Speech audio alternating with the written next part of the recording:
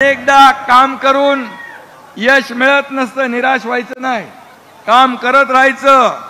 आणि म्हणून लोकांनी मला काय दिलं यापेक्षा मी लोकांना काय दिलं आणि काय देणार हे लक्षात ठेवायचं आणि काम करायचं. आणि म्हणून मी आपल्याला एवढंच सांगतो बापू, एखादी मॅच हारला म्हणून विराट कोहलीची बॅट थंड पडत नाही. पुढल्या मॅच मध्ये दुप्पट जोराने तुटून पडते आणि चॅम्पियन ट्रॉफी घरात येते. त्यामुळे चिंता करू नका.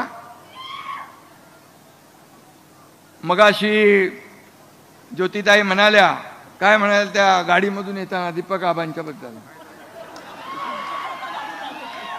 एका गाडीत होते. पण बापूसाठी मी एकच शब्द उच्चारतो, टायगर अभी जिंदा है.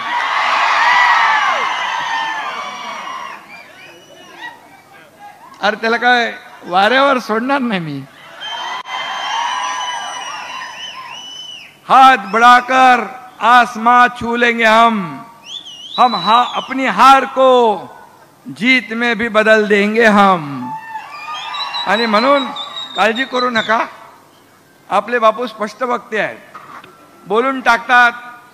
मनातलं भडाभड भडाभड मोकळ्या मनाचा आहे, ढोकळ्या मनाचा आहे, मनात काय ठेवत नाही. आणि मागे लोकसभा निवडणुकीनंतर त्यांनी भर सभेत काय म्हटलं आपल्याला आठवतंय. बापू म्हणाले होते, ज्यांनी पाणी अडवण्याचं काम केलं त्यांना तुम्ही लोकसभेत पाठवलं, मला पाणी दिलं त्यांना तुम्ही घरी बसवलं. बरोबर ना? मोकळ्या मनाने बोलणारा माणूस आहे, लढवय्या माणूस आहे. अन्याय दिसला तर सत्तेवर लात मारून उठतो, मदतीसाठी धावून जातो, तोच खरा शिवसैनिक असतो.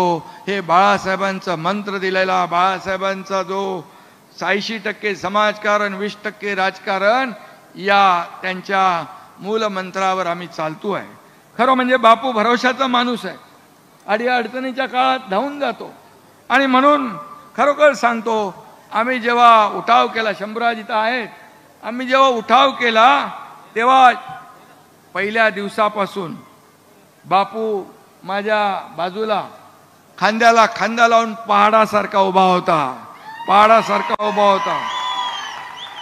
आणि सगळे स्ट्रेस मध्ये होते तिकडं सगळे. तेव्हा तर मोठं ऑपरेशन होतं. मी डॉक्टर नसलो तरी मोठमोठे ऑपरेशन करतो मी, आणि त्यातलं एक मोठं ऑपरेशन होतं. आम्ही सगळे स्ट्रेस मध्ये होतो, पण बापू विनोद करायचे, बापू गप्पा मारायचे, बापू सगळ्यांना हसवायचे.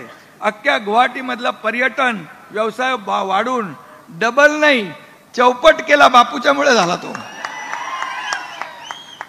काय ती झाडी, काय ते डोंगर. बापूचा डायलॉग आजही फेमस आहे. आणि मी काही रिअल इस्टेट आपले बिल्डर आहेत त्यांच्या जाहिरातीमध्ये पण बघितलं ते. मला बापूला माहित नाही, बिना रॉयल्टीचं लावलेलं दिसतंय ते. आणि म्हणून या ठिकाणी बापू एक मजेदार कार्यकर्ता आहे, लोकांना सुखदुःखामध्ये धावून जाणार आहे.